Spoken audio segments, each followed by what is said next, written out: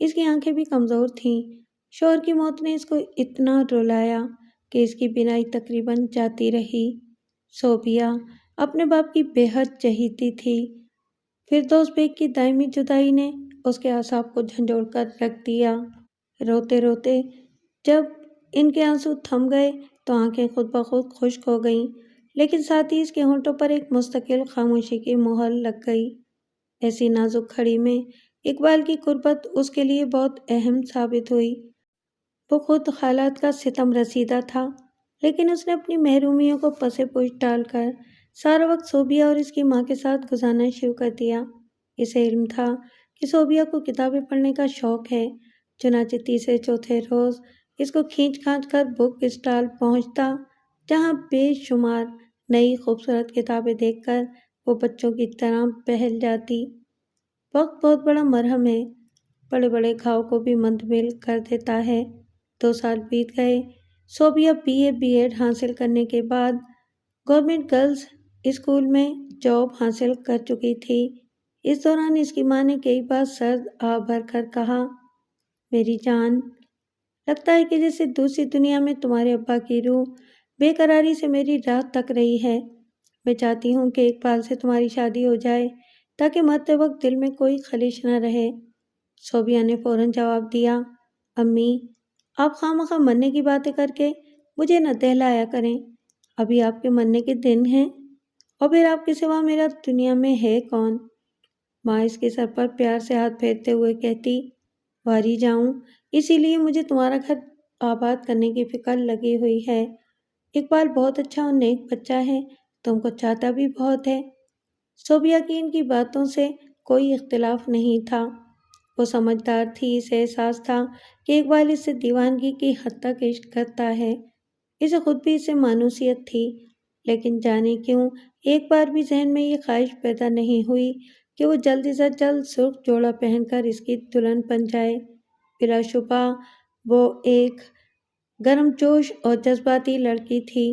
انگریزی کی رومانی اور عشقیہ ناول پڑھنے کا اس کو خبط تھا۔ اپنے وجود کی دلکشی اور خوبصورتی سے بھی اس کو بخوبی آگاہی تھی۔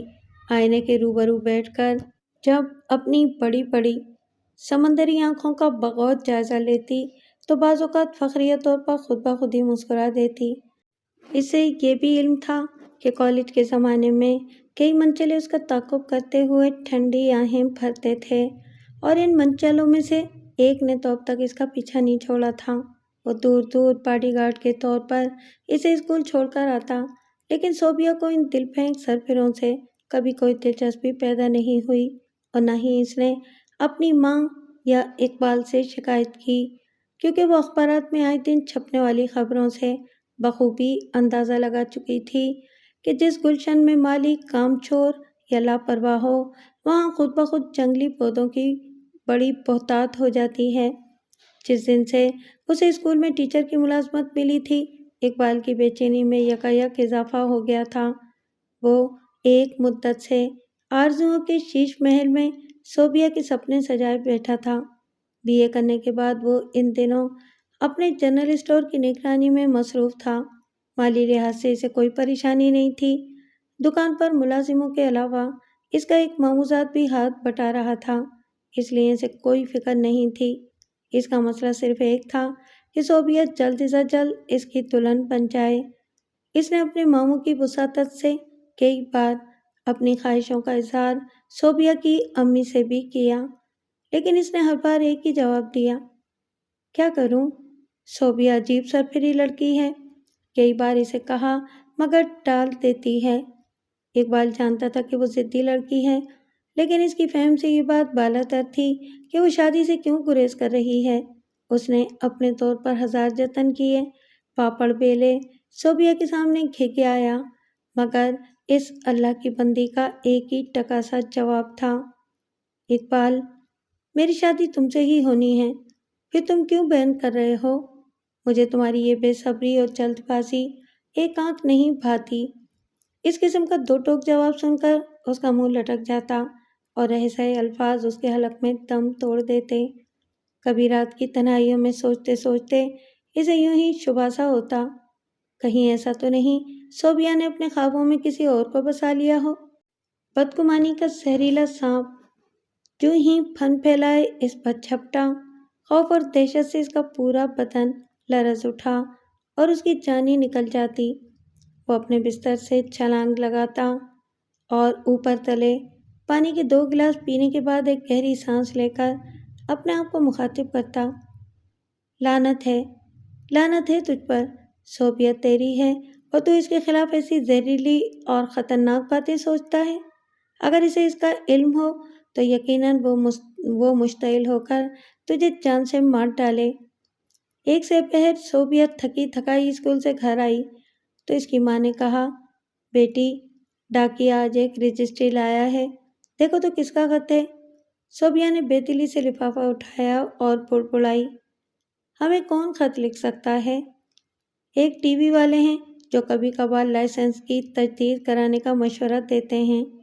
اس نے لفافہ چاک کیا اور پھر اگلے ہی لمحے اس کی آنکھیں حیرت سے پھیل گئیں۔ اس کی ماں نے اسے خاموش دیکھ کر پوچھا، کس کا خط ہے بیٹی؟ صوبیہ نے پڑھنا شروع کیا، محترمہ علی حیدر صاحب کی وصیت کے مطابق کراچی میں ان کا ڈیفنس کا بنگلہ، سندھ میں بدین کے قریب زرعی اراضی اب آپ کی ملکیت ہے۔ علاوہ ازیں ان کے نقد اثاثے کی قانونی وارث بھی آپ ہی ہیں۔ براہ کرم آپ جلد از جلد میرے پاس میرے دفتر میں تشریف لے آئیں تاکہ قانونی تقاضے پورے کیے جا سکیں۔ ماں کا منہ کھلے کا کھلا رہ گیا۔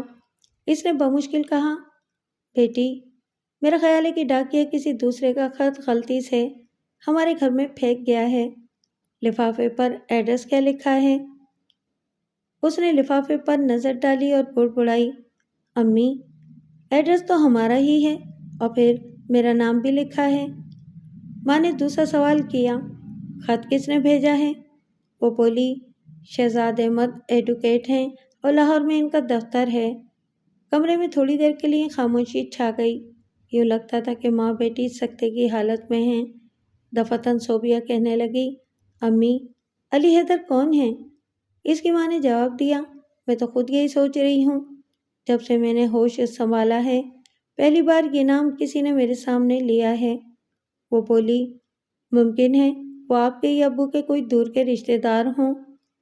نہیں، اس نے فیصلہ کن انداز میں کہا، یہ یقیناً کوئی اجنبی شخص ہے۔ اجنبی؟ لیکن کسی اجنبی کو کیا ضرورت پڑی کہ وہ مرتے وقت اپنی ساری جائیداد آپ کی بیٹی کے نام منتقل کر دے؟ میں نے تو آج تک کراچی تو کچا لاہور بھی نہیں دیکھا اور علی حیدر کا نام بھی کسی کے منہ سے نہیں سنا۔ وہ عجیب ششوپن کا شکار تھی۔ ماں تھوڑی دیر تک سوچتی رہی، پھر گھبرائے ہوئے لہجے میں کہنے لگی، تم پڑوس کے کسی بچے کو بازار بھیج کر اقبال کو بلواؤ، اللہ خیر کرے، مجھے یہ سب کوئی چکر لگتا ہے۔ صوبیہ نے ہنس کر جواب دیا، آپ تو بلا وجہ خوف زدہ ہیں۔ اسی اجنبی کی روح کے لیے مغفرت کی دعا مانگیں جس کے دماغ میں مرتے مرتے خدا نے یہ خیال ڈالا کہ وہ اپنا بنگلہ اور زمینیں مجھ جیسی غریب ٹیچر کے نام منتقل کر دے۔ ماں اس کو ڈانٹتے ہوئے بولی، چپ رہے، میرا دل ہول کھا رہا ہے اور تجھے دل لگی کی سوجی ہے؟ جانے یہ کون شخص تھا اور اسے تمہارا نام اور ایڈریس کیوں کر معلوم ہوا؟ بیٹی یہ دنیا بڑی فریبی ہے۔ اقبال دکان سے توڑا توڑا آیا۔ اسے پہلی بار یوں غیر متوقع طور پر بلایا گیا تھا۔ اس کی سانس پھولی ہوئی تھی۔ راستے پر وہ سوچتا رہا، جانے صوبیہ کو کون سا پیچیدہ مسئلہ درپیش ہے، کیونکہ اسے بخوبی احساس تھا کہ وہ چھوٹی موٹی باتوں میں کبھی کسی کی مدد لینے کی روادار نہیں ہوتی۔ شہزاد احمد کا خط دیکھ کر اس کی آنکھیں پھٹی کی پھٹی رہ گئیں۔ اس نے وہی سوال ماں بیٹی سے کیا جو اس نے اپنی ماں سے سنا تھا، یہ علی حیدر صاحب کون ہیں؟ صوبیہ نے اس کو وہی جواب دیا جو اس نے اپنی ماں سے سنا تھا۔ کچھ دیر تک وہ اپنا سر پکڑے بیٹھا رہا۔ اس نے اقبال کا مذاق اڑاتے ہوئے چوٹ کی، تمہیں شاید صدمہ پہنچا ہے۔ صدمہ؟ کیسا صدمہ؟ اقبال نے گھبرا کر پوچھا۔ صوبیہ نکرئی ہنسی ہنستے ہوئے بولی، یہی کہ ایک اجنبی نے مر کے معجزانہ طور پر ایک بہت بڑی جائیداد کا مالک مجھے بنا دیا۔ ماں نے اس کو ڈانٹا، صوبیہ تو بہت زبان دراز ہو گئی ہے، ہر وقت کا مذاق اچھا نہیں ہوتا، مجھے خوف سے ٹھنڈے پسینے چھوٹ رہے ہیں اور تجھے کوئی خیال ہی نہیں۔ صوبیہ نے تیوری چڑھا کر کہا، امی آپ خواہ مخواہ بات کا بتنگڑ بنا لیتی ہیں، بھلا اس حد سے خوفزدہ ہونے کی کیا بات ہے؟ ایک اجنبی شخص نے ہمارے ساتھ نیکی کی اور آپ الٹا اسے مورد الزام ٹھہرا رہی ہیں۔ اقبال نے مداخلت کی، لیکن سوال یہ ہے کہ اس نے ایسا کیوں کیا؟ وہ کون ہے اور اس سے تمہارا تعلق کیا ہے؟ اگر وہ اجنبی تھا تو اسے تمہارا نام اور ایڈریس کیوں کر معلوم ہوا؟ وہ ایک ہی سانس میں ڈھیروں سوالات کیے جا رہا تھا۔ ماں نے اس کی ہاں میں ہاں ملائی، اقبال پتر میں اس کملی کو یہی سمجھا رہی تھی، بھلا آج کے زمانے میں کسی کو کیا پڑی ہے کہ مرتے وقت اتنی بڑی نیکی کرے؟ اگر یہ اجنبی میرا یہ صوبیہ کے مرحوم ابا کا کوئی ہمدرد یا غمگسار ہوتا تو وہ اپنی زندگی میں کبھی تو ہم سے ملنے آتا۔ صوبیہ کو فوراً غصہ آ گیا، اس کی ماں اور منگیتر نے سچ مچ اس کے خلاف محاذ بنا لیا تھا۔ وہ کپ کپاتی آواز میں کہنے لگی، مجھے اس سے کوئی غرض نہیں کہ یہ اجنبی علی حیدر کون تھا اور اس نے یہ سب کچھ کس لیے کیا۔ میری دلچسپی صرف یہ ہے کہ اس نے اپنی وصیت میں اپنے بنگلے اور زمینوں کا وارث مجھے قرار دیا ہے۔ چپ ہو جا بے شرم، ماں دھاڑی۔ صوبیہ نے اس کی دھاڑ کا کوئی اثر لیے بغیر پوچھا، اس میں بے شرمی کی کیا بات ہے امی؟ وہ بولی، ایسی ویسی، تو بتا علی حیدر تیرا کیا لگتا تھا جو اس نے تجھ پر ایسی مہربانی کی؟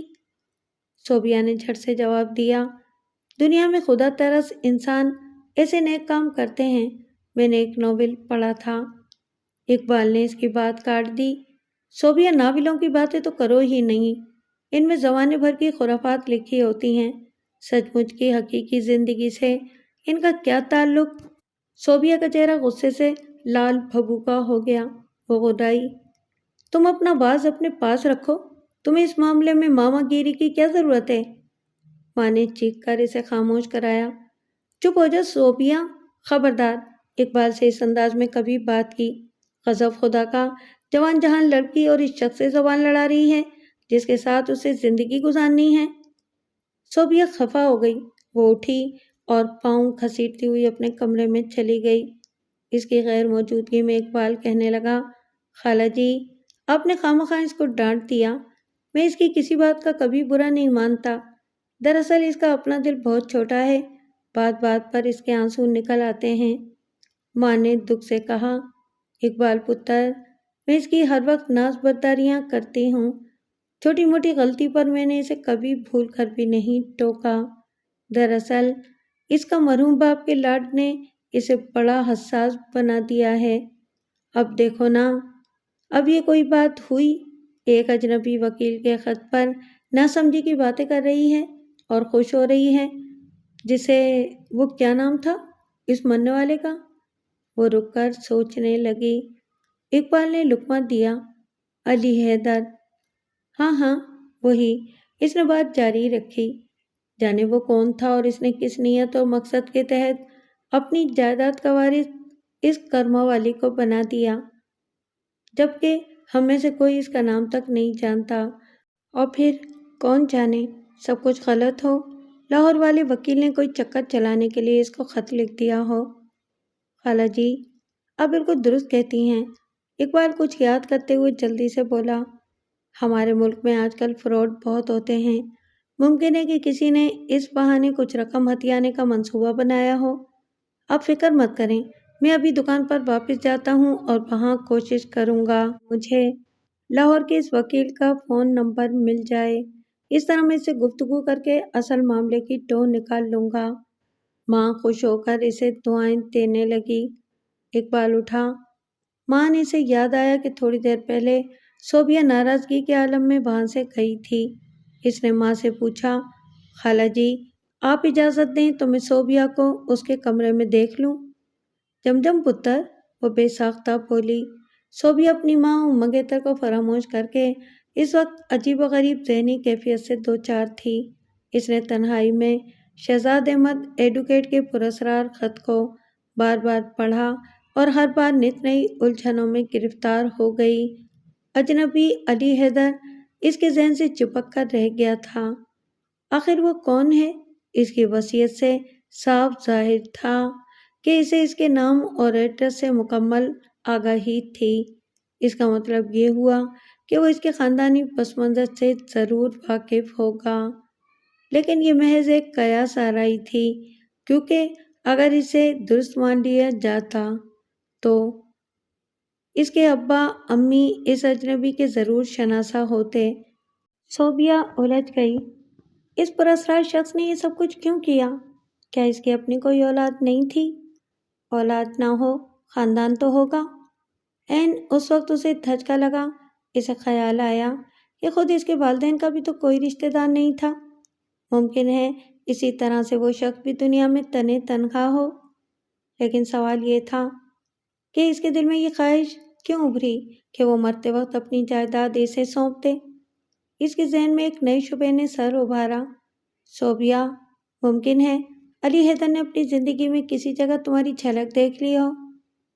یعنی وہ میرے عشق میں گرفتار ہو گیا؟ اس نے از خود سوال کیا۔ جواب اثبات میں تھا، لیکن اس نے مسترد کر دیا۔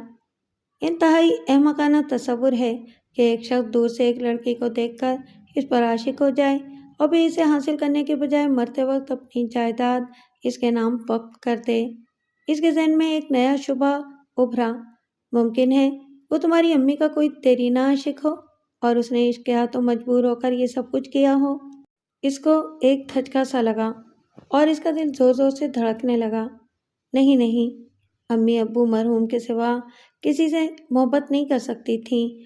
وہ ایک وفاشیار اور مشرقی عورت ہیں، میں ان کو بہت اچھی طرح جانتی ہوں۔ لیکن اس بے ساختہ تردید کے باوجود ایک چور اس کے ذہن کے کسی گوشے میں چھپا بیٹھا تھا۔ عین اسی وقت اقبال کمرے میں داخل ہوا۔ صوبیہ نے چونک کر اس کو دیکھا۔ وہ جلدی سے بولا، صوبیہ، تم بلا وجہ ناراض ہو جاتی ہو۔ اس وقت اسے یاد آیا کہ وہ تھوڑی دیر پہلے امی اور اس سے خفا ہو کر کمرے میں آئی تھی۔ چنانچہ فوراً اس نے تیوریاں چڑھائیں اور درست لہجے میں پوچھنے لگی، اب تم کیا کرنے آئے ہو؟ میں نے خالہ کو سمجھایا ہے کہ فکر کی کوئی بات نہیں، میں شہزاد احمد ایڈوکیٹ سے فون پر رابطہ قائم کرنے کی کوشش کرتا ہوں، پھر ساری صورتحال بالکل صاف ہو جائے گی۔ صوبیہ خوش ہو گئی۔ اس کے لاشعور میں یہ خواہش دبی ہوئی تھی کہ اس رات سے پردہ اٹھانے کے لیے کوئی بھاگ دوڑ کرے۔ دراصل بنگلہ اور زمینوں کے رنگین تصور نے اسے بڑی حد تک بے خود سا کر دیا تھا۔ یہ سب کچھ امارت کی کھلی نشانی تھی۔ دولت مند طبقے کے بارے میں اس نے بے شمار ناول پڑھے تھے۔ کئی مخمل جیسی نرم و ملائم کہانیاں پڑھتے ہوئے غیر ارادی طور پر اس کے دماغ میں یہ خواہش بڑی شدت سے ابھری تھی کہ اس نے بھی کسی امیر خاندان میں جنم لیا ہوتا۔ وہ کسی عالیشان بنگلے کے وسیع و عریض لان کی سبز گھاس پر ننگے پاؤں دوڑتی اور اونچے اونچے گھنے درختوں کے نیچے کھڑے ہو کر زور زور سے سانس کھینچتی۔ اس کا تعلق ایک سفید پوش گھرانے سے تھا۔ اس نے اپنے مرحوم باپ کو شروع دن سے ایک پرانی سائیکل پر ادھر ادھر جاتے دیکھا۔ ان کا اپنا گھر تھا، لیکن وہ بس اینٹوں کا ایک گھر تھا، سر چھپانے کے لیے۔ اس کے لیکچرار باپ نے گارڈن کالج میں ملازمت کر کے اور ٹیوشن پڑھا کر اس کے لیے ریڈیو، ٹیلی ویژن اور صوفہ وغیرہ خریدا تھا۔ لیکن رومانی کہانیوں کے ماحول کے سامنے ان چیزوں کی کیا اوقات ہوتی ہے؟ 14 برس کی عمر میں اس نے اپنے باپ سے کہا، ابو، مجھے آپ کی سائیکل سے بڑی چڑ ہے، آپ کار کیوں نہیں خرید لیتے؟ پھر دوست بیگ ہنسے اور دیر تک ہنستے ہی رہے۔ وہ تل ملا گئی۔ اس نے غصے سے کہا، ابو، آپ کے پاس ہنسنے کے سوا کچھ ہے یا نہیں؟ انہوں نے جواب دیا، صوبیہ بیٹی، زندگی کے مرحلے پر تمہیں احساس ہوگا کہ تمہارا باپ ایک صابر شخص تھا، اس لیے ہنسی کی نعمت اس کے حصے میں آئی۔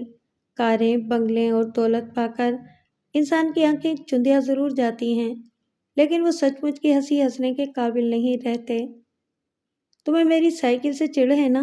انہوں نے پوچھا۔ صوبیہ نے اس بات میں سر ہلایا۔ انہوں نے اپنی بات جاری رکھتے ہوئے کہنا شروع کیا، سائیکل میری پرانی وفادار دوست ہے اور اس نے کسی مرحلے پر مجھ سے بے اتنائی نہیں برتی، بالکل تمہاری ماں کی طرح۔ اور تم نے ذکر کیا ہے کار کا، تو کار بڑی چیز نہیں۔ اگر تمہارا خیال ہے کہ کار کے ہونے سے میرا تمہارا قد بڑا ہو جائے گا تو یہ محض نظر کا فریب ہے۔ انسان کیسا ہی خوشنما لباس زیب تن کرے، وہ اندر سے ویسا ہی رہے گا جو اس کی اصلیت ہے۔ تم نے زندگی کی شاہراہ پر پہلا قدم رکھا ہے، اس لیے میں اپنا فرض سمجھتا ہوں کہ تمہیں اونچ نیچ کے بارے میں بتاؤں۔ بیٹے، بڑا بننے کے لیے ضروری ہے کہ انسان صابر ہو۔ صبر سے ظرف بلند ہوتا ہے اور اعلیٰ افراد ہی دراصل عزت و تعظیم کے مستحق ہوتے ہیں۔ لالچی، خود غرض، حریص اور ذاتی خواہشات کے مارے ہوئے لوگ بے شعور جانوروں سے مشابہت رکھتے ہیں۔ ایک جانور دوسرے جانور کے دکھ درد سے بالکل ناآشنا اور اجنبی ہوتا ہے۔ اس کے ارد گرد کوئی بھوکا ہو یا قریب المرگ، اس پر رتی برابر فرق نہیں پڑتا۔ جوانی دیوانی ہی نہیں، گونگی اور اندھی بھی ہوتی ہے، اس پر لفظوں اور تقریروں کا بھلا کیا اثر؟ بس اپنی رو میں بہنا اس کا شیوا ہے۔ صوبیہ اپنے باپ سے بے پناہ محبت کرتی تھی۔ اس کی موت نے کافی عرصے تک اسے نیم جان کیے رکھا، لیکن جہاں تک باپ کی نصیحتوں کا تعلق تھا، انہیں اس کے جوان ذہن نے کبھی بھی سنجیدگی سے قبول نہیں کیا۔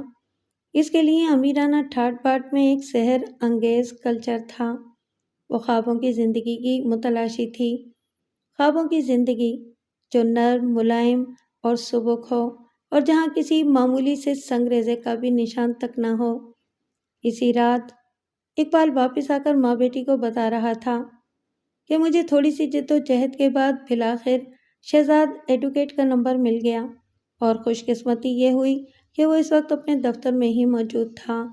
میں نے انہیں بتایا کہ ان کا بھیجا ہوا خط صوبیہ کو مل گیا ہے، لیکن وہ جاننا چاہتی ہے کہ علی حیدر صاحب کون تھے جنہوں نے اسے اپنی جائیداد کا وارث بنایا۔ وکیل صاحب نے جواب میں کہا کہ آپ پہلے صوبیہ کو لے کر میرے پاس آ جائیں، پھر تفصیل سے گفتگو ہوگی۔ صوبیہ جلدی سے بولی، امی، میرا خیال ہے کہ میں لاہور جا کر وکیل صاحب سے ملا ہوں، انہیں علی حیدر صاحب کے بارے میں ضرور معلوم ہوگا۔ اس کی ماں چلائی، ہوش کے ناخن لے، تو اکیلی لاہور جائے گی؟ باپ کیا مرا، تیری تو دیدوں کا پانی ہی ڈل گیا، کسی کا ڈر خوف ہی نہیں۔ اس نے اپنی صفائی پیش کی، امی، آپ خواہ ناراض ہو رہی ہیں، میں اکیلی لاہور کیسے جا سکتی ہوں؟ اقبال میرے ساتھ ہوگا۔ اقبال موقع کی نزاکت کو بھانپ چکا تھا۔ اس نے مداخلت کرتے ہوئے کہا، خالہ جی، صوبیہ درست کہتی ہے، آخر لاہور جا کر وکیل سے ملنے میں کیا حرج ہے؟ ماں بولی، اقبال، تو اکیلا ہوا، وکیل نے جو بتانا ہوگا تمہیں بتا دے گا۔ صوبیہ کی سانس اوپر کی اوپر اور نیچے کی نیچے رہ گئی۔ وہ اپنے تئیں لاہور جانے کا پکا ارادہ بنا چکی تھی، لیکن ماں کے تیوروں سے صاف ظاہر تھا کہ وہ اس کو اس قسم کی اجازت نہیں دے گی، کیونکہ یک بیک وہ اداس ہو گئی۔ عین اسی وقت اقبال نے اس کی مشکل حل کر دی۔ اس نے کہا، خالہ جی، میرا لاہور جانا بیکار ہے۔ کیوں؟ پوچھا گیا۔ اس لیے کہ وکیل صاحب سے فون پر میں نے یہ کہا تھا، مگر انہوں نے شرط لگا دی کہ صوبیہ میرے ہمراہ ضرور آئے گی۔ ماں نے سوال کیا، صوبیہ وہاں کیا کرے گی؟ اقبال نے بتایا، شاید وکیل صاحب وراثت کے قانونی کاغذات پر دستخط کرائیں گے، جبھی علی حیدر صاحب کی جائیداد صوبیہ کے نام منتقل ہوگی۔ پھاڑ میں گئے تمہارے علی حیدر صاحب، اور چولہے میں گئی ان کی جائیداد، جان نہ پہچان میں تیرا مہمان۔ تم لوگوں کی تو یہ مثال ہے پتر۔ مجھے یہ بتا کہ کس ناطے سے ان کی جائیداد کی مالک بننا چاہتی ہے؟ کیا وہ اس کے رشتہ دار تھے یا اس کے ابا کے دوست تھے؟ ہم مرحوم کو جانتے تک نہیں۔ یہ اچھی زبردستی ہے کہ مفت کی جائیداد ملے تو اس پر باپ دادا کا حق جتا کر قبضہ کر لو۔ صوبیہ نے جل کر دل میں کہا، تو بات یہ ہے کہ امی کو میرا امیر بننا پسند نہیں۔ اگر ان کی خواہش ہے کہ ان کی بیٹی سدا غریب رہے اور دوسروں کے بنگلے اور کاریں دیکھ دیکھ کر دور سے للچائے، تو مجھے کیا ضرورت پڑی ہے کہ ان کا خیال رکھوں؟ وہ اٹھی اور کچھ کہے بغیر زمین پر پاؤں مارتی ہوئی اپنے کمرے میں چلی گئی۔ ماں اس کی خفگی کو بھانپ گئی، فریاد کرنے والے لہجے میں اقبال کو مخاطب کر کے بولی، ماں کی نصیحت تو اس کے دل میں چھری کی طرح لگتی ہے۔ اسے اتنا بھی خیال نہیں کہ مجھے بہت کم دکھائی دیتا ہے اور مستقل طور پر بیمار رہتی ہوں۔ اقبال نے صوبیہ کی وکالت کرتے ہوئے کہا، خالہ جی، آپ اس کو میرے ساتھ لاہور جانے کی اجازت دے دیں۔ کیا معلوم وہاں جا کر پتہ چلے کہ یہ سب محض ایک مذاق تھا۔ کم از کم آئندہ کے لیے اسے نصیحت ہو جائے گی کہ بزرگوں کے مشورے نظر انداز کرنا اپنے آپ کو تکلیفوں میں مبتلا کرنا ہوتا ہے۔ مجھے کوئی اعتراض نہیں، ماں نے کہنا شروع کیا، لیکن ابھی تیرا اس کے ساتھ نکاح نہیں ہوا۔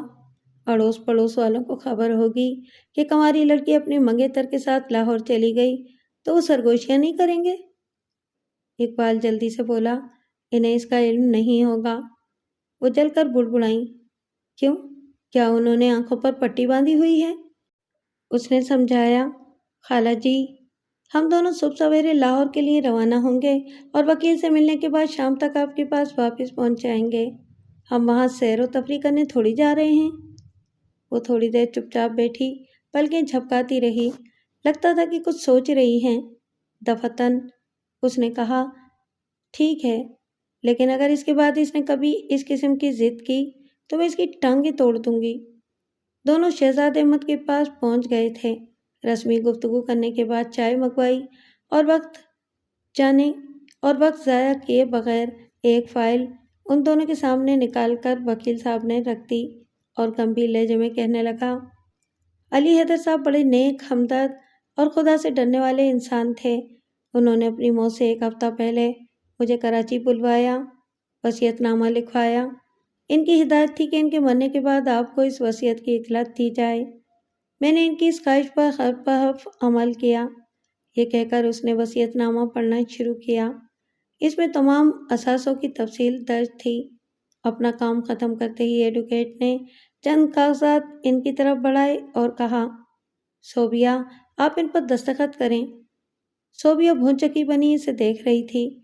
اپنا نام سن کر چونکی اور اس نے کسی مشینی انسان کی طرح جلدی سے ان کاغذات پر دستخط کر دیے۔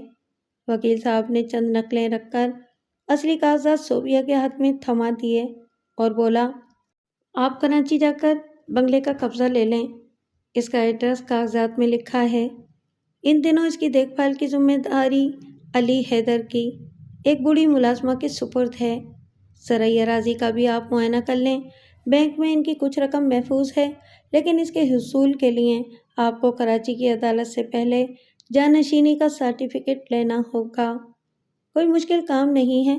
اگر آپ پسند کریں تو کراچی جا کر مجھے بلوا لیں۔ 2-3 ہفتے کے اندر اندر یہ معاملہ بخیر و خوبی انجام پا جائے گا انشاءاللہ۔ صوبیہ کی طرح اقبال پر بھی سکتہ چھا گیا تھا۔ وہ بڑی بے دلی سے صوبیہ کو اپنے ہمراہ لاہور لایا تھا تاکہ اس کو احساس کرا سکے کہ اس کے ساتھ یہ سب مذاق ہوا ہے، لیکن اب اسے یوں لگا جیسے صوبیہ کی فاتحانہ آنکھوں کی چمک اس کا مذاق اڑا رہی ہے۔ دفتن وہ چونکا۔ صوبیہ وکیل صاحب سے پوچھ رہی تھی، علی حیدر تھے کون؟ وکیل صاحب نے تعجب سے پلکیں جھپکائیں اور اس کا جملہ دہرایا، علی حیدر تھے کون؟ یہ آپ مجھ سے پوچھ رہی ہیں؟ انہوں نے اپنی ساری جائیداد کا وارث آپ کو قرار دیا اور آپ ان کے بارے میں مجھ سے سوال کر رہی ہیں؟ میں تو آپ سے یہ پوچھنے کی فکر میں تھا کہ آپ کا علی حیدر صاحب سے کیا رشتہ ہے؟ صوبیہ نے بے خیالی میں ہونٹ کاٹتے ہوئے جواب دیا، جی میں تو ان کو جانتی تک نہیں، آپ کے خط میں پہلی بار ان کا نام پڑھا۔ آپ نے کیا کہا بی بی؟ یعنی آپ کا ان سے کوئی رشتہ نہیں؟ وکیل صاحب پر حیرتوں کے پہاڑ ٹوٹ پڑے۔ وہ بولی، میں سچ کہہ رہی ہوں وکیل صاحب، میں ان کے بارے میں کچھ نہیں جانتی۔ وکیل صاحب نے سوال کیا، اور پھر انہوں نے آپ کو اپنی جائیداد کا وارث کیوں بنایا؟ اس کی آنکھوں میں بے یقینی کے آثار تھے۔ صاف لگتا تھا کہ اسے صوبیہ کے انکشاف پر یقین نہیں آیا تھا۔ صوبیہ نے کہا، یہ سوال مجھے آپ سے دریافت کرنا ہے۔ آپ علی حیدر کے وکیل ہیں، ظاہر ہے ان کی ان کو اچھی طرح سے آپ جانتے ہوں گے۔ آپ علی حیدر کے وکیل ہیں، ظاہر ہے ان کو اچھی طرح سے جانتے ہوں گے۔ آپ سے اپنی وصیت لکھواتے وقت یقیناً انہوں نے میرے بارے میں کچھ نہ کچھ تو تذکرہ کیا ہوگا۔ پلیز وکیل صاحب، آپ مجھے سب کچھ صاف صاف بتا دیں، میں سخت الجھن میں ہوں اور میری سمجھ میں نہیں آتا کہ یہ اصرار کیا ہے۔ وکیل صاحب نے سوچتے ہوئے کہنا شروع کیا، 12 سال پہلے میرا ان سے تعارف ہوا تھا۔ ان دنوں میں ایک نجی مشکل سے دوچار تھا۔ علی صاحب کو علم ہو گیا، انہوں نے میری مدد کی، یہاں سے دوستی کا آغاز ہوا تھا، لیکن اس سارے عرصے میں شاذ و نادر ہی ملاقاتیں ہوئیں۔ علی حیدر لاہور کا رخ نہیں کرتے تھے اور میں اپنی مصروفیت کے سبب بمشکل 2-4 دفعہ ہی کراچی جا سکا۔ اقبال نے پہلی بار سوال کرنے کے لیے لب کشائی کی۔ اس نے پوچھا، علی حیدر صاحب کے بیوی بچے، رشتہ دار وغیرہ؟ وکیل صاحب نے اس کی بات کاٹ دی، جہاں تک میری معلومات کا تعلق ہے وہ بالکل اکیلے تھے۔ ویسے وہ کسی سے بھی اپنے معاملات کے بارے میں گفتگو کرنے کے روادار نہیں تھے۔ کمرے میں خاموشی چھا گئی، ہر شخص غور و فکر میں مصروف تھا اور ان کی سوچوں کا مرکز صرف اور صرف علی حیدر کی پراسرار شخصیت تھی۔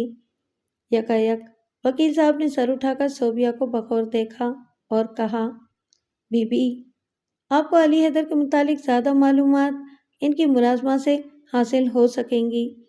جیسا کہ میں پہلے بتا چکا ہوں کہ وہ ان دنوں ڈیفینس کے بنگلے کی دیکھ بھال کرتی ہے۔ ممکن ہے کہ اس سے علی حیدر نے آپ کے متعلق کچھ کہا سنا ہو۔ رات 8:30 بجے صوبیہ اور اقبال واپس گھر پہنچ گئے۔ صوبیہ کی ماں عبادت میں مصروف تھی۔ آہٹ سن کر چونکی، بیٹی کو اپنے قریب دیکھ کر اس کی جان میں جان آئی۔ اس مختصر وقت میں اس کو ان گنت انجانے وسوسوں نے دہلا کر رکھ دیا تھا۔ کنواری لڑکی کا اقبال کے ساتھ لاہور جانا اس کی نظر میں کوئی معمولی معاملہ نہیں تھا۔ اگرچہ اقبال اس کا ہونے والا شوہر تھا، لیکن قانون اور مذہب کے نزدیک محض خوش آئند توقعات کی کوئی اہمیت نہیں ہوتی۔ ماں کو سب سے بڑا دھڑکا یہ لگا ہوا تھا کہ بیٹی الڑ اور معصوم ہے، سادگی میں اونچ نیچ ہو جائے تو زندگی بھر انسان سنبھلنے نہیں پاتا۔ صوبیہ آتے ہی ماں سے لپٹ گئی تھی۔ اس پر عجیب کیفیت طاری تھی۔ اس نے جلدی جلدی اپنی ماں کو سارا قصہ سنایا اور فخریہ لہجے میں کہنے لگی، امی، اب میں ایک عالیشان بنگلے کی مالک بن چکی ہوں۔ ماں کے چہرے پر ایک رنگ آیا اور گزر گیا۔ اس نے گھبرا کر پوچھا، لیکن علی حیدر ہیں کون اور انہوں نے تم پر یہ مہربانی کیوں کی ہے؟ صوبیہ نے لاپرواہی سے اپنے کندھے اچکائے اور جواب میں بولی، مجھے آم کھانے سے غرض ہے، سو آم مل گئے۔ کس نے بوئے؟ کس نے انہیں بازار میں لا کر رکھا؟ یہ سب بے معنی سوال ہیں۔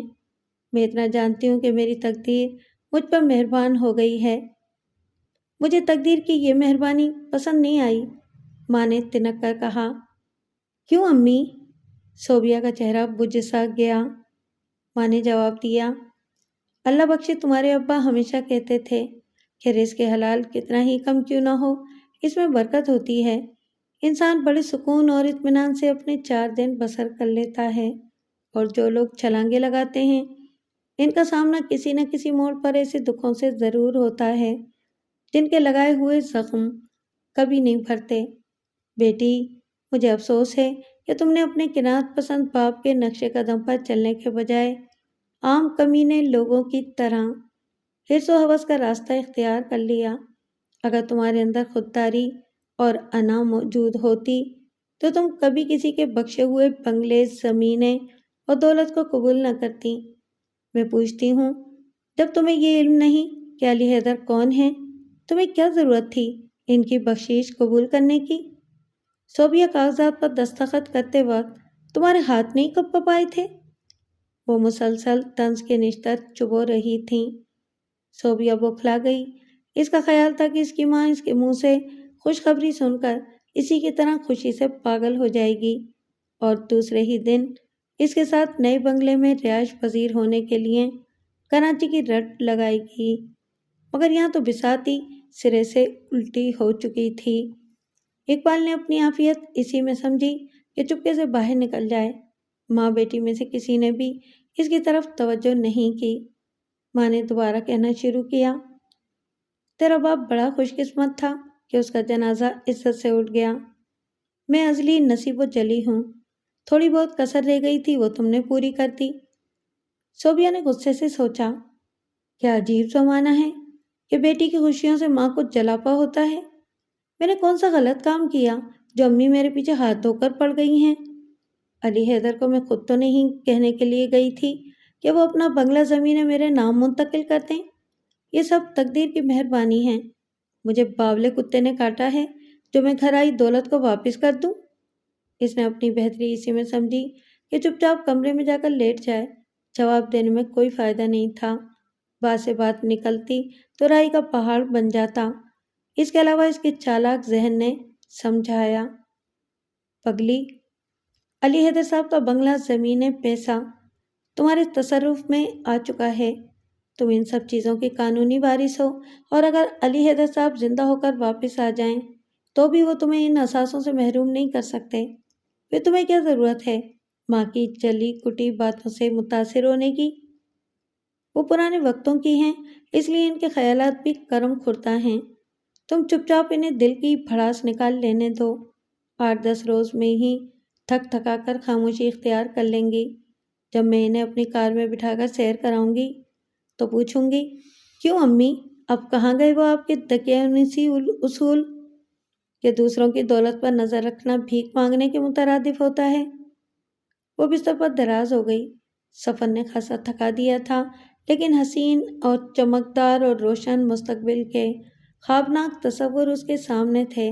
ایسے لمحات میں تھکن یا بیزاری کا احساس سرے سے ناپید ہو جاتا ہے۔ وہ آنکھیں بند کر کے تصور میں کراچی پہنچ گئی۔ کراچی اس نے دیکھا نہیں تھا، البتہ مضامین اور کہانیوں کی وساطت سے وہ ڈیفنس کلفٹن اور سوسائٹی سے متعارف تھی۔ کہانیاں لکھنے والے خود تو کھوکھلے اور کنگلے ہوتے ہیں، ان علاقوں میں انہیں کبھی رہنا نصیب نہیں ہوتا، اس لیے اپنے ہیرو اور ہیروئن کو یہاں ٹکا دینے میں انہیں بڑا لطف آتا ہے۔ صوبیہ خیالوں ہی خیالوں میں ڈیفنس کے بنگلے کی تصویر کشی کرنے لگی جو اس کی ذاتی ملکیت تھا۔ بے شمار کشادہ کمرے، بڑا لان، اونچے اونچے بڑے گھنے درخت اور سمندر کا کنارہ۔ اس نے پڑھا تھا کہ ڈیفنس سمندر کنارے پر بنگلے تعمیر کیے گئے ہیں۔ کیا ان لوگوں کو ڈر نہیں لگتا؟ اگر کبھی سمندر بفر گیا تو وہ سب کو بہا لے جائے گا۔ اس کے جسم میں ایک جھچری سی آ گئی۔ اس نے اپنے ذہن کو ایک جھٹکا دیا تاکہ خوفناک خیالات کی لہر کا رخ پلٹ جائے۔ اسی رات سوتے میں صوبیہ نے خواب میں دیکھا کہ وہ ایک عالیشان بنگلے میں کھڑی بڑے شوق سے چاروں اطراف کا جائزہ لے رہی ہے کہ ایک پرکشش خوبرو جوان آہستہ آہستہ اس کی طرف بڑھنے لگا۔ وہ اس کے مردانہ حسن میں کھو کر رہ گئی۔ نوجوان اس کے قریب آیا، اس نے جھک کر اس کا ہاتھ پکڑ لیا۔ صوبیہ کے اعصاب جھنجھنا سے گئے۔ اس کے ذہن میں اس کی اپنی آواز گونجی، اللہ، یہ وہی ہے جس کے سپنے میں دیکھا کرتی تھی۔ یکایک فضا میں ایک مہیب شور گونجا، کوئی پس منظر میں چلا رہا تھا، میں علی ہوں، میں علی نہیں ہوں۔ نوجوان نے سپاکانہ نظروں سے اس کی طرف دیکھا اور پھر ایک ہی سمندر کی موجیں وحشی بگولوں کی طرح سرپٹ عالیشان بنگلے کی طرف لپکیں۔ کوئی بھیانک آواز میں چلا رہا تھا کہ سمندر کی اسیری ختم ہوئی۔ صبح جب صوبیہ کی آنکھ کھلی، اس کا بدن بری طرح سے ٹوٹ رہا تھا، ذہنی طور پر وہ مختل تھی۔ رات کا الجھا ہوا پیچیدہ خواب اس کے لیے خاصا پریشان کن تھا۔ اس کے جی میں بے اختیار آئی کہ وہ کسی کو اپنا خواب سنائے، لیکن کس کو؟ اس سوال کا جواب اس کے پاس نہیں تھا۔ اقبال اس کے منہ سے کسی اجنبی نوجوان کا تذکرہ سن کر غلط فہمیوں کا شکار ہو جاتا، اور ماں، اس نے فوراً کہہ دینا تھا کہ کراچی جانے کی تو کوئی ضرورت ہی نہیں۔ اس روز صوبیہ اسکول جانے کے لیے تیار ہوئی تو ماں نے طنز کیا، علی حیدر کی دولت پا کر اب تمہیں ملازمت کی کیا ضرورت ہے؟ امیر لوگ دوسروں کو نوکر بنانے کے عادی ہوتے ہیں۔ اس نے منہ بنا کر جواب دیا، امی، میں سچ میں ملازمت چھوڑنا چاہ رہی ہوں۔ وہ بولی، تمہارے ابا مرحوم سچ کہتے تھے کہ جب کسی انسان کو مفت خوری یا حرام کا چسکا پڑ جائے تو اس کے ہاتھ پیر جواب دے دیتے ہیں۔ صوبیہ نے جل کر کہا، امی، آپ رات سے مجھے الٹی سیدھی سنا رہی ہیں۔ میرے صبر کا زیادہ امتحان نہ لیں، خواہ آپ کو شکایت ہوگی کہ میں بدتمیز ہو گئی ہوں۔ ماں بڑبڑائیں، میں تو اسے کیا کہہ سکتی ہوں، بس اللہ پاک سے دعا ہے کہ وہ تجھے ہدایت دے۔ اسے تیش آ گیا، بمشکل ضبط کرتے ہوئے وہ چلائی، امی، آخر مجھے بتائیں تو صحیح کہ میں نے کون سی بدتمیزی کی ہے؟ آپ ہاتھ دھو کر میرے پیچھے کیوں پڑ گئی ہیں؟ کیا میں علی حیدر صاحب سے کہنے گئی تھی کہ وہ اپنی جائیداد کا وارث مجھے بنا دے؟ آپ کیوں نہیں سمجھتی کہ میں حق پر ہوں؟ ماں نے کہنا شروع کیا، میں نے تجھ پر کوئی الزام تراشی نہیں کی بیٹی، مجھے ایک بات بتاؤ، تو علی صاحب کو جانتی ہے؟ نہیں، انہوں نے اپنی وصیت کرنے سے پہلے تجھ سے ملنے یا تیری رائے دریافت کرنے کی ضرورت محسوس کی؟ جی بالکل نہیں۔ تیرے اور ایڈریس سے وہ واقف تھے؟ جی ہاں، لگتا تو ایسا ہی ہے۔ اس کے باوجود اللہ کے اس بندے نے تجھ سے ملنا گوارا نہیں کیا، یہ توہین آمیز رویہ نہیں؟ کیا اس نظر اندازی کے رویے سے تیری عزت نفس کو ٹھیس نہیں لگتی؟ خودداری دنیا میں سب سے زیادہ قیمتی اور عزیز ترین متاع ہے، اس کی غیر موجودگی میں انسان کا وجود گہنا جاتا ہے، اور گرہن خوبی نہیں لعنت ہے۔ تو میری اکلوتی بیٹی ہے، تو نہیں جانتی میں نے کیسے کیسے ارمانوں سے تیری پرورش کی، کون کون سے پاپڑ بیلے اور کس کس طرح سے اذیتیں برداشت کیں۔ میں نے اللہ سے اس کے سوا کبھی کچھ نہیں مانگا کہ وہ تمہیں خودداری کی نعمت سے مالا مال کریں۔ تو خود بتا، کل لاہور سے جس جائیداد کے کاغذات تجھے ملے ہیں، اس پر مجھے خوش ہونا چاہیے یا نوحہ خوانی کرنی چاہیے؟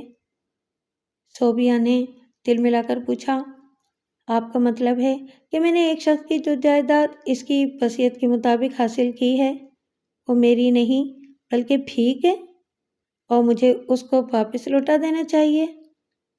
اللہ تیرا لاکھ لاکھ شکر ہے۔ اس کی سمجھ میں بات آ گئی۔ ماں نے آسمان کی طرف منہ کرتے ہوئے دعائی انداز میں ہاتھ پھیلائے۔ صوبیہ چلائی، امی آپ کان کھول کر سن لیں، میں علی حیدر صاحب کی جائیداد کی مالک بن چکی ہوں اور ہمیشہ یہ میرے قبضے میں رہے گی، واپسی کا سوال ہی پیدا نہیں ہوتا۔ اس کی درشت آواز نے برق کی مانند ماں کو دہلا دیا۔ اس کے ہاتھ فضا میں ابھی تک اٹھے ہوئے تھے۔ اس نے بڑے دکھ سے اپنی گردن اس کی طرف موڑ دی اور رک رک کر بولی، صوبیہ، یہ تو کیا کہہ رہی ہے؟ جی ہاں، آپ کو اب میرے وجود پہ بھی شبہ ہونے لگا ہے نا؟ آپ فکر مت کریں، میں کل آپ کے گھر سے چلی جاؤں گی۔ صوبیہ، صوبیہ! ممتا کی چیخ بڑی کربناک تھی۔ وہ اپنی روح میں کہے جا رہی تھی، میں کراچی جا رہی ہوں، ڈیفینس کے ذاتی بنگلے میں۔ اگر آپ کو میرے ساتھ گھر میں رہنا پسند نہیں تو آپ کی مرضی، میں کراچی سے ماہانہ خرچہ آپ کو بھیج دیا کروں گی۔ اس سے زیادہ میں آپ کے لیے کچھ نہیں کر سکتی۔ میں اس منحوس فٹ پاتھ ہی زندگی سے بالکل بیزار ہو چکی ہوں۔ لعنت ہے اس کوٹری پر جہاں مجھے BA BSc کے پرزے کے سوا کچھ نہیں ملا، اور اس پرزے سے کیا حاصل؟ صرف یہ کہ مہینہ بھر ناک رگڑ رگڑ کر چند ہزار مل جاتے ہیں تاکہ پیٹ کا تندور روشن رہے۔ علی حیدر، جنہیں آپ برا بھلا کہہ رہی ہیں، میرے حق میں انسان نہیں فرشتہ تھے۔ انہی کے طفیل میں دولت مند بنی ہوں تاکہ زندگی کی چھپی ہوئی خوشبو اور رعنائی کا راز پا سکوں۔ اس پر ہی جانی کیفیت طاری تھی اور آنکھوں سے چنگاریاں سی برس رہی تھیں۔ ماں سکتے کی حالت میں ایک ٹک اسے دیکھتی رہ گئی۔ اسے یقین نہیں آیا کہ اس کے سامنے اس کی بیٹی صوبیہ کھڑی اس کو ایسے بے دردانہ اور شفقانہ لہجے میں لتاڑ رہی ہے۔ دولت کی اپنی ایک مخصوص بولی ہوتی ہے۔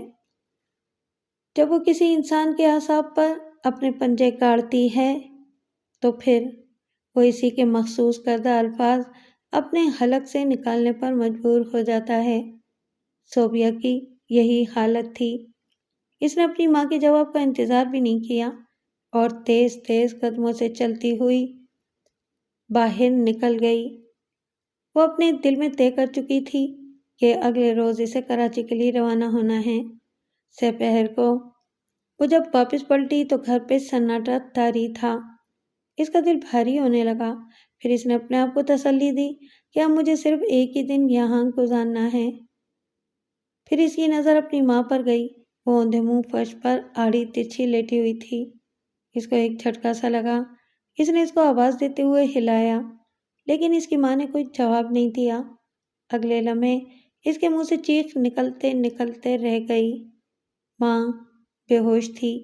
اس نے اس کو سیدھا کیا اور ابتدائی تدابیر اختیار کرنے لگی۔ اسی وقت اقبال کسی کام کے سلسلے میں وہاں آ گیا۔ صوبیہ کی ماں کی خراب حالت دیکھ کر اس کے ہاتھوں کے طوطے اڑ گئے۔ وہ صحت پوری روڈ سے ایک ڈاکٹر کو لے آیا۔ اس وقت ماں پر بدستور کشید طاری تھی۔ ڈاکٹر نے معائنہ کرنے کے بعد مریضہ کو انجیکشن لگائے۔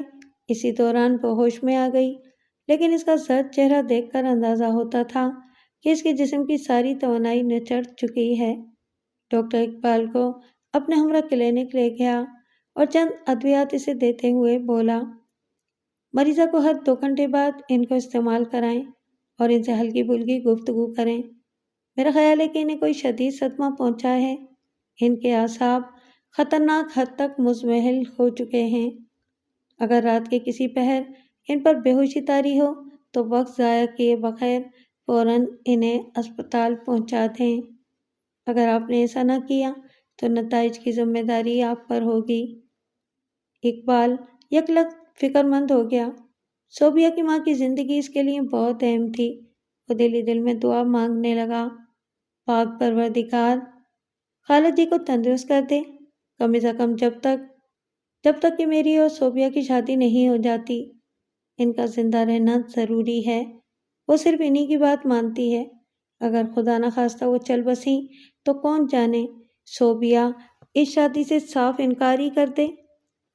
اب وہ علی صاحب کی دولت کی مالک بھی بن چکی ہے۔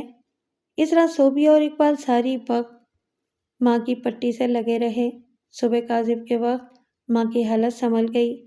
اس نے پہلی بار کہا، تم دونوں یہاں کیوں بیٹھے ہو؟ جاؤ جا کر سو جاؤ۔ صوبیہ بولی، امی ہمیں نیند نہیں آ رہی۔ اللہ کرے آپ کو جلد از جلد تندرست ہو جائیں۔ میرا آپ کے سوا دنیا میں کون ہے؟ اس کی آواز جذبات سے رون گئی۔ موت کا نادیدہ خوف اچھے اچھوں کے ہوش اڑا دیتا ہے۔ صوبیہ نے ماں کا ہاتھ اپنے ہاتھ میں لے لیا۔ اسے دکھائی تو دیتا نہیں تھا۔ اپنی پلکیں جھپکا جھپکا کر بڑبڑائی، میری جان، میری روح، اللہ تجھے ہمیشہ اپنے امان میں رکھے گا۔ میرے اپنے اٹیچی کیس میں ایک نیلا باکس رکھا ہے، تالا کھول کر وہ نکال لاؤ۔ صوبیہ بولی، امی ابھی آپ کو آرام کی ضرورت ہے، صبح ہو لینے دیں۔ اس نے پیار سے کہا، کملی میری بات نہ ٹال، میری آخری آرزو ہے۔ انجانے خوف سے یکلخت صوبیہ کا دل دھڑک اٹھا۔ رات کے اس آخری اور خالی خالی پہر میں کوئی اہم واقعہ رونما ہونے والا تھا۔ اس نے اپنے اوپر قابو پانے کی ناکام کوشش کرتے ہوئے جلدی سے چابیوں کا گچھا اٹھایا اور اپنی اٹیچی کیس سے نیلا باکس نکال لائی۔ ماں نے کپکپاتے ہاتھوں سے اسے ٹٹولا اور باکس کھول دیا۔ اگلے لمحے صوبیہ اور اقبال دونوں سفید موتیوں کا ایک خوبصورت ہار دیکھ رہے تھے۔ صوبیہ کو وہ بہت اچھا لگتا تھا۔ اس نے بچپن میں کئی بار ضد کی تھی کہ وہ ہار ماں اس کو دے دے۔ جب سیانی ہوئی تو ایک دن ماں نے اسے بتایا کہ یہ ہار اس کو شادی والے دن اس کے ابا نے دیا تھا اور جب اس کی شادی ہوگی تو وہ اسے پہنائے گی۔ ماں کی آواز ابھری، صوبیہ میرے قریب آ، میں اپنی آخری تمنا پوری کر لوں۔ لیکن امی آپ، وہ آگے کچھ نہ کہہ سکی۔ اس نے غیر ارادی طور پر اپنا سر ان کے آگے جھکا دیا۔ ماں نے کانپتے ہاتھوں سے اس کو ٹٹولا اور تھوڑی سی جد و جہد کے بعد سفید موتیوں کا ہار اس کی گردن میں تھا۔ ماں نے پیار سے اس کی پیشانی چومی اور روندی ہوئی آواز میں بڑبڑائی، کاش میری بینائی درست ہوتی اور میں یہ خوبصورت منظر اپنی آنکھوں سے دیکھ سکتی۔ اللہ تیرے باپ کو کروٹ کروٹ جنت نصیب کرے۔ میں نے اسے کیا ہوا وعدہ آج پورا کر دیا۔ بیٹی، اسے کبھی اپنے آپ سے الگ نہ کرنا۔ میں بددعا نہیں دیتی، لیکن ظالم علی نے تیری آنکھوں میں ہرس کی سیاہ پٹی چڑھا دی ہے۔ یہ ہار تجھے اس کے شر سے ہمیشہ محفوظ رکھے گا۔ وہ زاروں قطار رونے لگی۔ صوبیہ کا اپنا دل بھی بھر آیا۔ اس کا ضمیر مسلسل اس کو کچوکے لگا رہا تھا۔ اسے گزشتہ پہر کی اپنی بدتمیزیاں یاد آ گئیں۔ اس نے آنسو بہاتے ہوئے اپنے آپ سے کہا، کتنی بد نصیب ہوں میں کہ آج میرے ان ہاتھوں سے ان کو دکھ پہنچا، جن کی ہتھیلیوں میں اس کے برسوں کا نور پوشیدہ ہے۔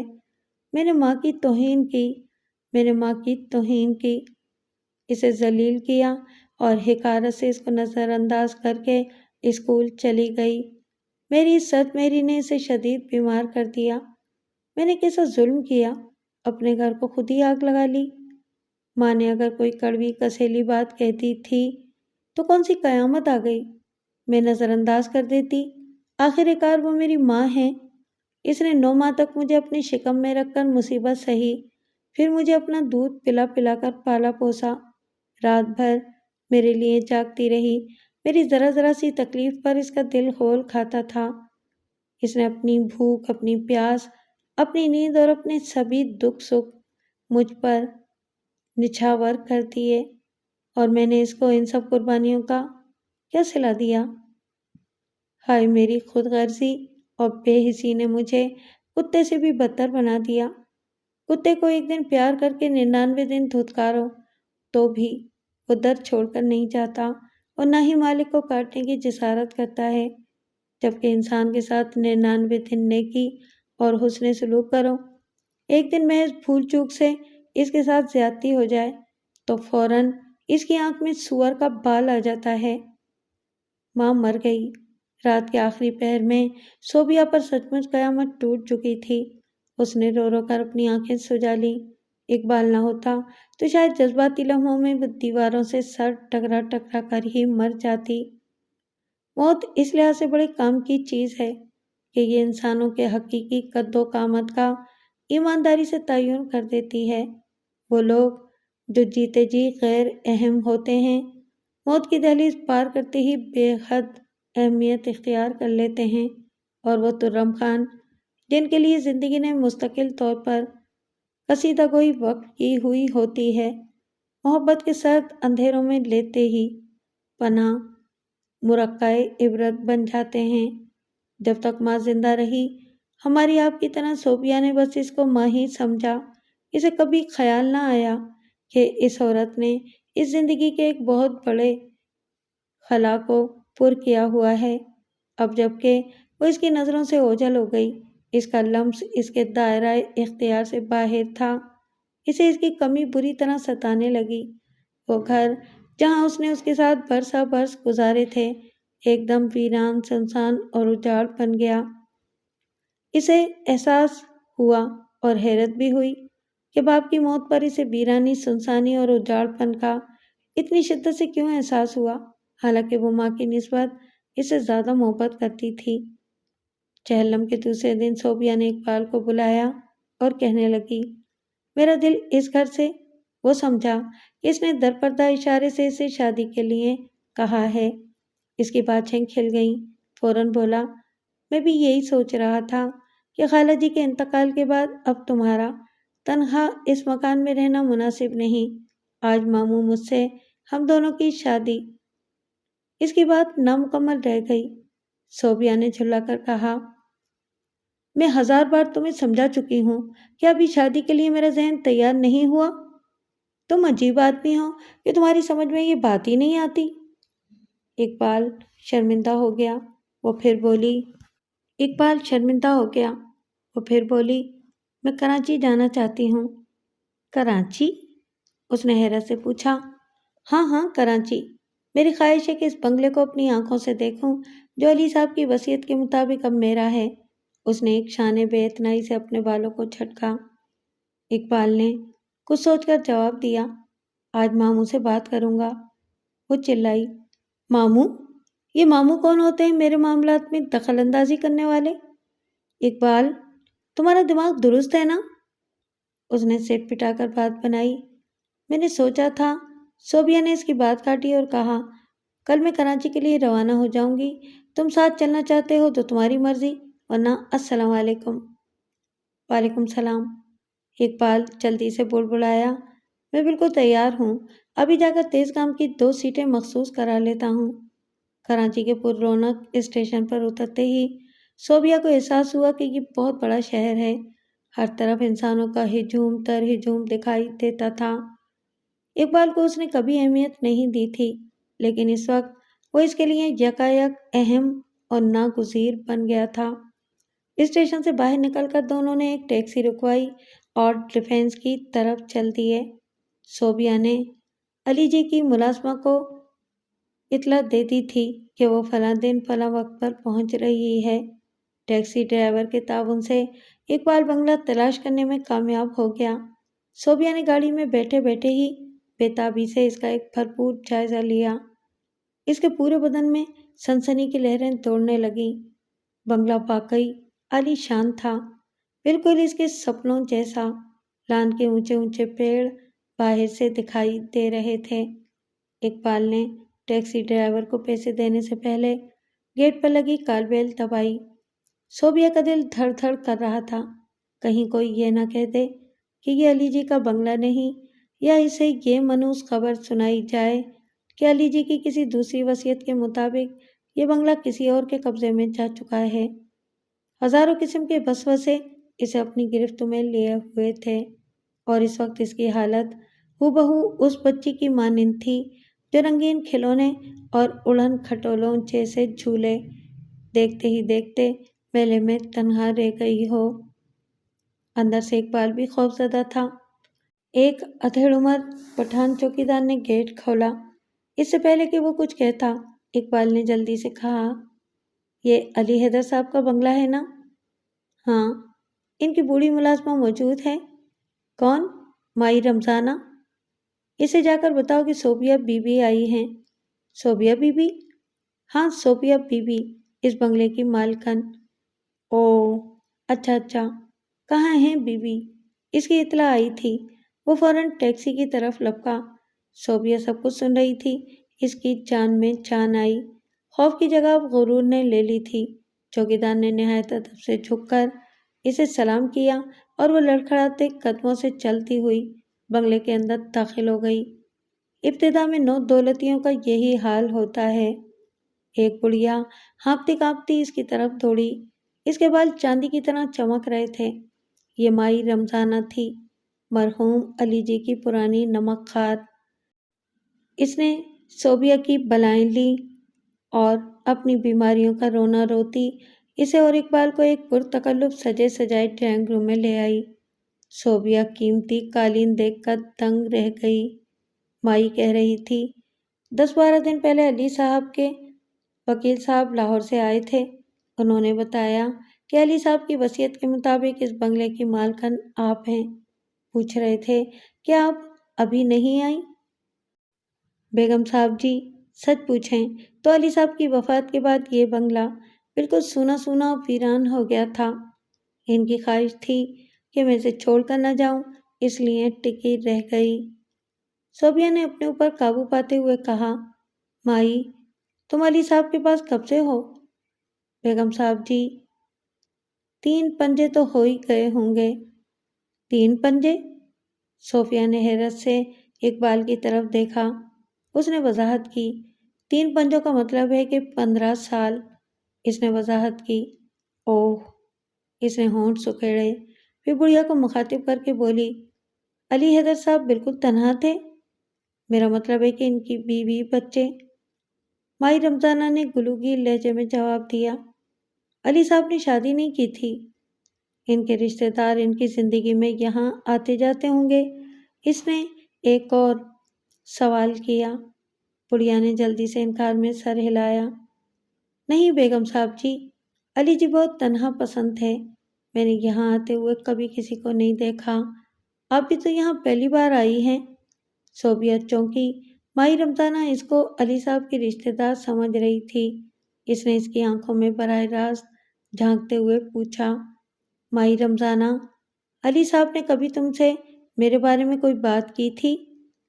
بڑھیا چند لمحوں تک چپ چاپ بیٹھی سوچتی رہی، پھر بولی، نہیں بیگم صاحب جی۔ صوبیہ اور اقبال نے چونک کر ایک دوسرے کی طرف دیکھا۔ بڑھیا نے ان کی آخری امید پر پانی پھیر دیا تھا۔ وکیل صاحب نے لاہور میں ان کو آس دلائی تھی کہ علی حیدر صاحب کی پراسرار شخصیت ان کے بارے میں صرف اور صرف ان کی بوڑھی ملازمہ ہی ان کی مدد کر سکے گی، لیکن اب یہ توقع بھی نقش برآب ثابت ہوئی۔ علی حیدر کی شخصیت یک بیک اور زیادہ پراسرار ہو چکی تھی۔ صوبیہ اور اقبال مائی رمضانہ کے ساتھ بنگلے کے دوسرے کمروں کا جائزہ لینے کے بعد اسی بیڈ روم میں آئے جسے اپنی زندگی میں علی صاحب استعمال کرتے تھے۔ کمرہ بڑی نفاست سے سجایا گیا تھا، تمام اشیاء جوں کی توں پڑی تھی۔ مسیری کے سرہانے ایک تپائی پر علی حیدر صاحب کی نظر کا چشمہ رکھا ہوا تھا۔ اس کے پاس ایک پین اور ڈائری تھی۔ صوبیہ نے دھڑکتے دل سے ڈائری اٹھائی۔ اس کے سارے صفحات سادہ تھے، صرف ایک صفحے پر چند سطریں درج تھیں۔ یقیناً یہ تحریر علی صاحب ہی کی تھی۔ صوبیہ کا سارا خون سمٹ کر ان کی کنپٹیوں میں آ گیا۔ اقبال بھی اس کے ساتھ ہی ڈائری پر جھکا ہوا تھا۔ صوبیہ نے زیر لب پڑھنا شروع کیا۔ علی صاحب نے لکھا تھا، موت یقینی ہے۔ جب تم اس گھر کی مالکن بن کر آؤ گی، میں داستان بن چکا ہوں گا۔ زندہ لوگوں کی داستانوں سے بڑی دلچسپی ہوتی ہے۔ تم یقیناً میرے بارے میں بہت کچھ سوچو گی، مثلاً میں کون ہوں، میں تمہیں کیسے جانتا ہوں، اور کوئی تعلق نہ ہوتے ہوئے بھی میں نے تمہیں اپنی جائیداد کا وارث کیوں بنایا۔ اس دنیا میں بتیرے سوالات پریشانیوں کا سبب بنتے ہیں، اس لیے انسان کی بھلائی اسی میں ہے کہ وہ نظر انداز کر دے۔ ویسے میرا تجربہ یہ ہے کہ انسان بہت کمزور ہے۔ اسے گمان ہوتا ہے کہ اس نے بہت کچھ پا لیا، حالانکہ وہ ہمیشہ خالی ہاتھ رہتا ہے۔ شاید کبھی یہ فلسفہ تمہاری سمجھ میں آ جائے۔ وہ شتر سی ہو کر رہ گئی، اپنے ہونٹ کاٹنے لگی۔ بیڈ روم سے ملک علی حیدر صاحب کی لائبریری تھی۔ صوبیہ کتابوں کا ڈھیر دیکھ کر بڑی خوش ہوئی۔ وہ خود کتابوں کی رسیا تھی، اس لیے اسے علی حیدر کے اعلیٰ ذوق کو دیکھ کر بڑی خوشی ہوئی۔ چند لمحوں کے لیے وہ ڈائری کی پراسرار تحریر کو بھی بھول گئی۔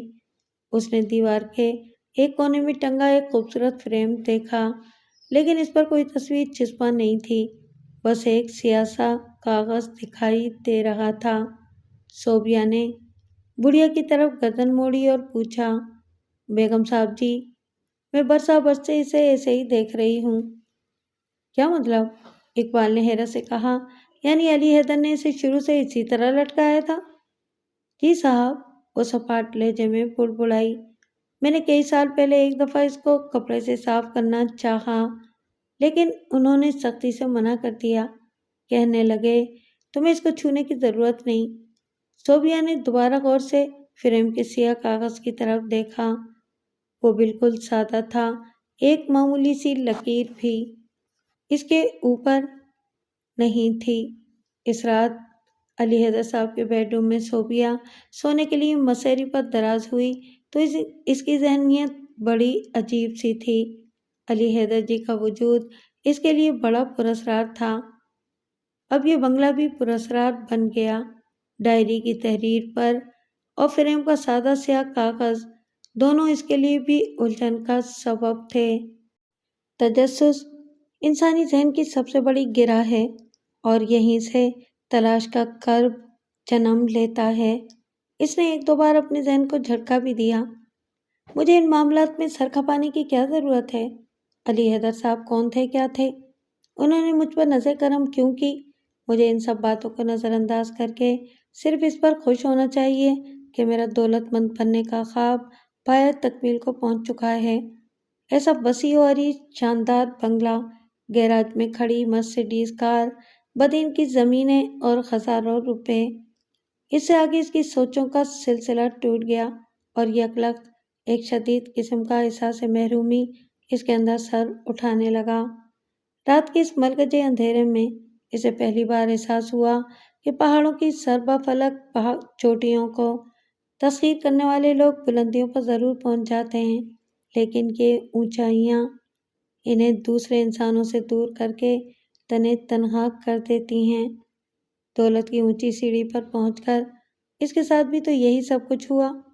ماں جو اس کا سب سے بڑا سہارا تھی، اب اس سے ہمیشہ ہمیشہ کے لیے بچھڑ چکی تھی۔ اس کا ضمیر یک بیک اس کو کچوکیل لگانے لگا۔ صوبیہ، تو نے اپنی مہربان اور شفیق ماں کے ساتھ بڑا ظلم کیا۔ اس نے کبھی تجھ پر دکھ کا سایہ نہیں پڑنے دیا تھا، اور تو نے دولت کے خمار میں اس کے ساتھ وہ بدسلوکی کی جس کی غیروں سے بھی توقع نہیں ہوتی۔ اس نے ابھی زندہ رہنا تھا، لیکن تو نے اسے مار ڈالا۔ تو اس کی قاتل ہے، قاتل۔ صوبیہ کی آنکھوں میں بے اختیار آنسو آ گئے۔ اس کا ہاتھ غیر ارادی طور پر سفید ہار کو چھونے لگا جو اس کی گردن کی زینت تھا۔ اس جذباتی لمحات میں اسے یوں لگا جیسے وہ ہار نہیں، اس کی ماں کا بازو ہے۔ اس کرب نے اس کو بے قابو کر دیا اور وہ دیر تک ہچکیاں لے لے کر روتی رہی۔ صبح کھلی تو اس کا سر بھاری بھاری تھا۔ اسے احساس ہوا کہ یہ اس کا اپنا نہیں، کوئی اجنبی جگہ ہے۔ اس نے نہا کر لباس تبدیل کیا اور بڑی بے دلی سے ڈرائنگ روم میں آئی۔ اقبال اس کا منتظر تھا۔ اس کا اترا ہوا چہرہ دیکھ کر بولا، کیا بات ہے صوبیہ؟ لگتا ہے کہ رات تمہیں ٹھیک طرح سے نیند نہیں آئی۔ اس نے روکھے پن میں جواب دیا، تمہارا قیاس غلط ہے، میں تو خوب مزے سے سوئی تھی۔ تم پریشان سی دکھائی دیتی ہو۔ اتنی دولت پا کر مجھے پریشانی ہو سکتی ہے؟ اس نے تیوری چڑھائی۔ اقبال، تم ہر وقت بال کی کھال مت کھینچا کرو۔ کراچی کی آب و ہوا دوسرے شہروں سے مختلف ہے، تھوڑا بہت اثر تو ضرور ہوگا۔ وہ بمشکل ناشتے سے فارغ ہوئے ہی تھے کہ مائی رمضانہ نے بتایا، بی بی صاحب جی، وجاہت صاحب اور ان کی بہن نورین آپ سے ملنے آئے ہیں۔ وجاہت صاحب اور ان کی بہن نورین؟ صوبیہ نے حیرت سے دہرایا، کون ہیں یہ لوگ اور مجھ سے کس لیے ملنا چاہتے ہیں؟ اس نے جواب دیا، پڑوس کے بنگلے میں رہتے ہیں۔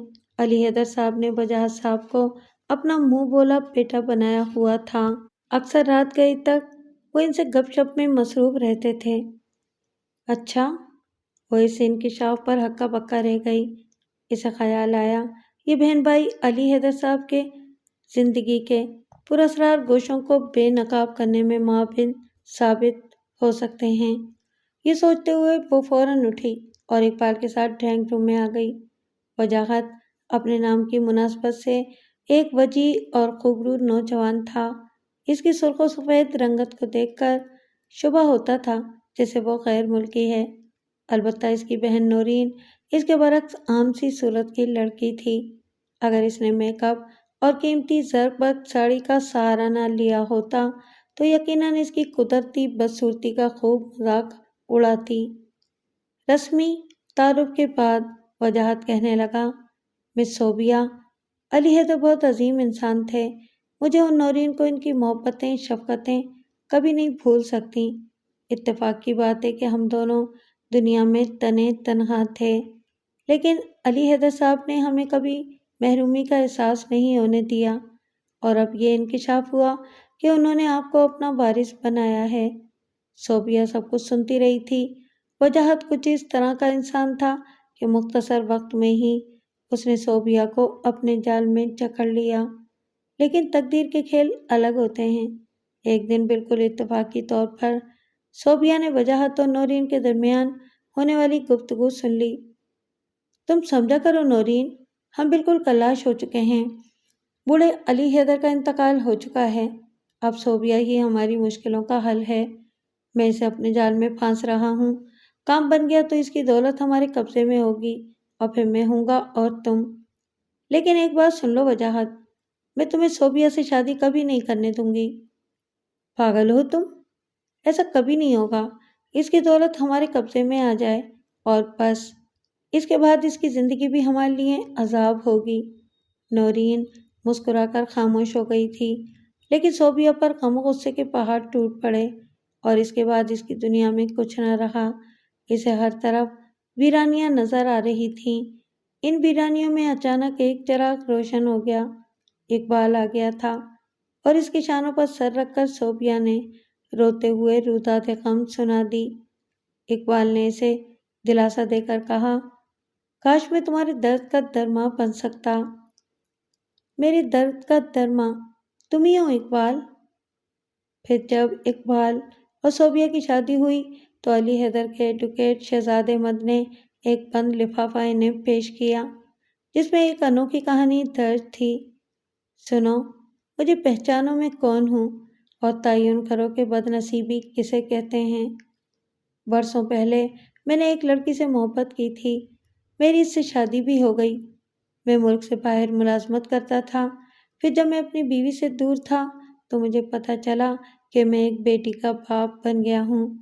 میں خوشی خوشی وطن کی جانب چل پڑا، لیکن میرا جہاز کریش ہوا اور میں سمندر میں گر پڑا۔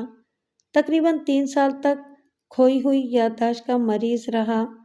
پھر ہوش میں آ کر وطن واپس لوٹا تو مجھے پتہ چلا کہ مجھے مردہ سمجھ کر میری بیوی کی دوسری شادی ہو گئی۔